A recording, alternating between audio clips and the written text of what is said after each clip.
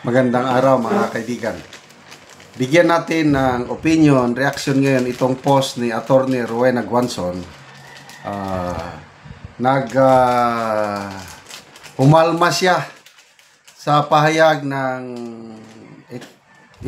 Independent Commission on Infrastructure Special Advisor General Azurin. Ito, basahin ko muna yung pahayag tungkol sa kung meron na ba silang nakitang salarin na pwedeng kasuhan. Sabi ni General Azurin, as of now, wala pa kami nakikita.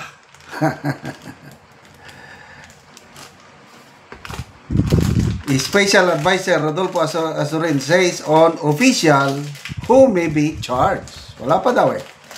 In a press conference, Azurin and ICI Executive Director Brian Osaka say charges will be evidence-based. And so far, those who can be identified in the ghost flood control projects are contractors and district signatories who were project signatories. Okay? So, contractor lang at ang mga mabababang opisyal ng DPWH, District Engineer lang ang nakikita. Politiko, wala pa. So ito yung post ni Attorney Guanzon. Sabi niya, wala talaga kayo makikita kasi ghost nga.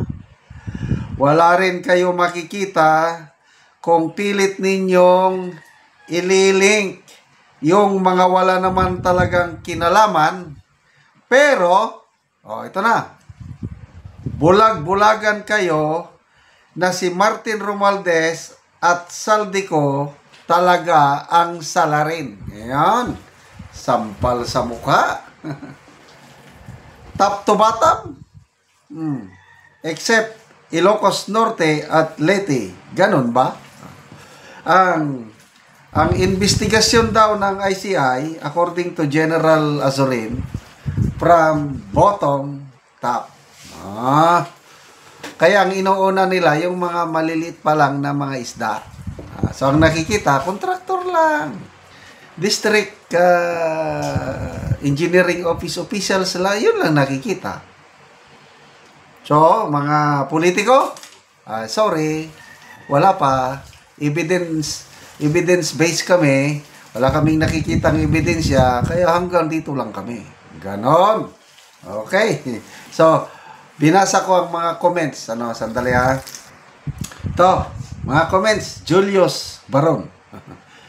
The name itself, Aso Rin. Hindi na yung Azurin na apelyido. Aso. Yung ASO. Aso Rin. Ang ganda ng pagkatama, no?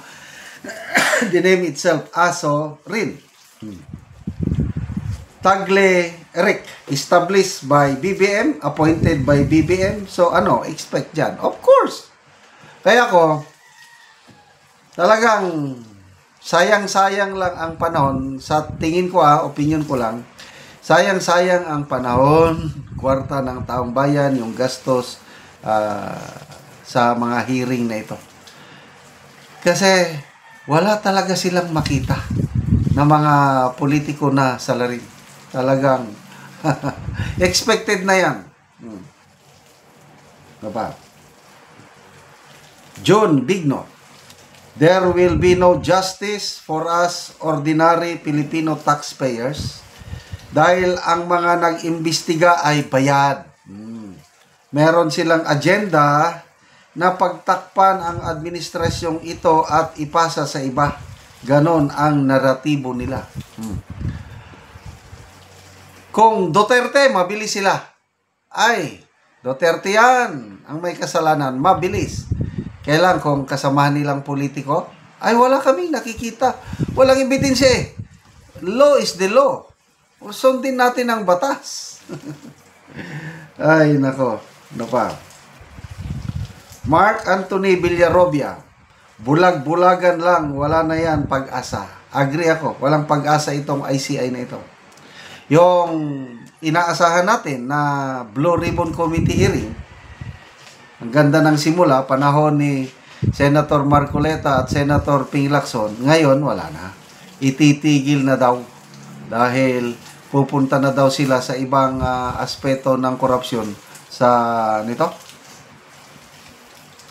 farm to market road. So, flood control, anomaly, wala na, tapos na. Kasi napangalanan na eh.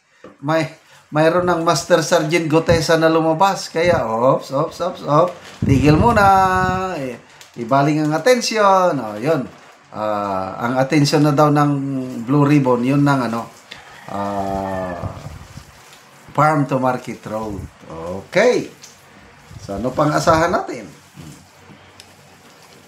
Queen Mamba. ICI, executive din nagbuo niyan. Sino bang executive na office? Ang presidente. Sino bang pumirma? Si Bongbong Marcos. Tapos, imbestigahan sarili. Niya. Kaya wala talagang mangyari sa independent ko, no? Ang dami kong nababasa na meaning ng ICI. Independent Cooking Investigation. Ano pa? Internal... Basta, iba-iba na ang meaning ng ICI. Ginawa ng katatawanan. Ray Philip Francisco, pinakawalang kwenta na gobyerno ngayon under administration ni BBM, lalo na ang presidente. Nobel Roque, as the name suggests, aso rin. Tuta rin. Louis De Leon, we investigated ourselves and found ourselves innocent. Ay, sayang.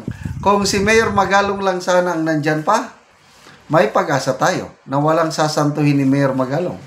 Ito ngayon, wala na. Wala na akong katiwa-tiwala. Prater Flores, niluluko lang tayo ng ICI na yan. I-absuelto lang nila mga congressman. Agree. Saldico, kung gusto nilang habulin si Saldico, bakit hindi nila i-cancel ang kanyang passport? Ang gobyerno ito, wala lang. Pinapabayaan lang si Saldico. Latest update niya, parang nasa Europe lang siya. Yung kanyang flight details na papuntang Singapore. Ano lang pala yun, panggulo lang niya yun. Bakit hindi nyo i-cancel ang passport ni Saldico? Wala. Pinapabayaan nyo. Para hindi siya babalik sa Pilipinas. Yon, stick to the plan. Salamat mga kaibigan sa inyong pagsubaybay sa ating channel.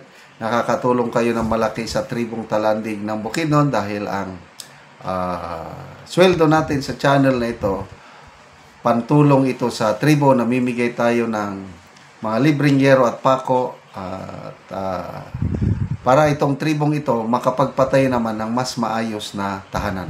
Panoorin nyo ang video na ito. Mao na ni Angero ang itabang sa mga tao nga kadtong mga daot na ang ilang balay og mao na ni sila ang matagaan. Ayo kay natagan na sa friend. Kan di na mi ulanan kay makatok na gyud mi. Ano piso? Badalanin niya ta kuon. Kami ni bay.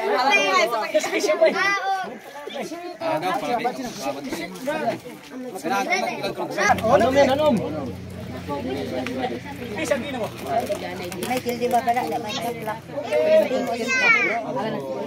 Babay.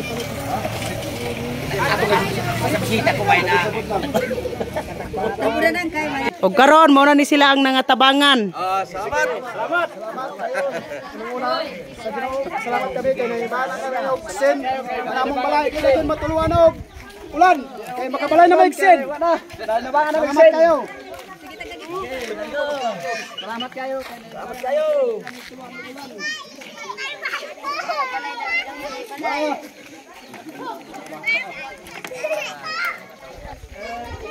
Nabangan kayo do, sen do. Ilahi salamat kayo Ginoo. Nabangan kayo sen. Nga mo day. Ay nabangan na gid ko.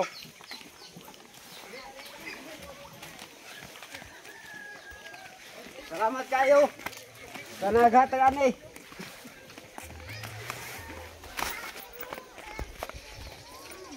Pero ginuhap na inabangan kayo Sid para salamat po ginuhap.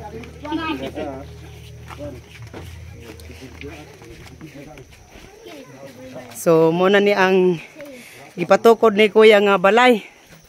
So makatop na gid siya og gero.